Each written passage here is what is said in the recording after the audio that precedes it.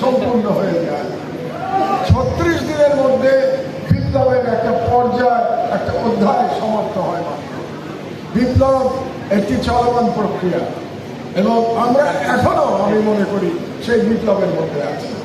সেই বিপ্লবের যে আমাদের লক্ষ্যগুলি ছিল, সেই লক্ষ্য আমাদের এখনো, সেই লক্ষ্যগুলো আমরা অ্যাচিভ করতে পারি নাই।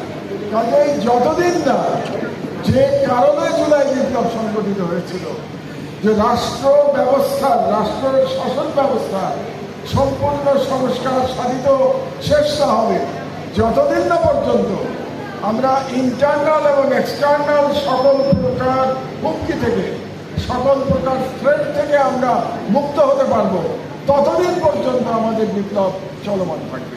এই বিষয়টি আপনাদেরকে উপলব্ধি করতে হবে। আজকে সারা দেশে, বিশেষত ঢাকা শহরে, আপনারা জানেন অনেকগুলো রাষ্ট্রীয় অনুষ্ঠান আছে।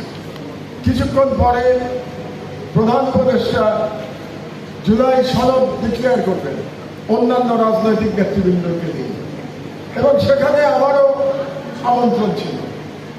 কিন্তু আমি মনে করেছি যে ঢাকা শহরের রাজধানীর এই অনুষ্ঠানে অংশগ্রহণের চেয়ে আপনাদের কাছে আজকের এই অনুষ্ঠান আমার কাছে বেশি,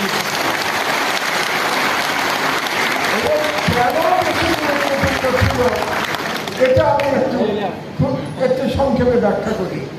আমি মনে করি, এবং আমার মনে হয় সকল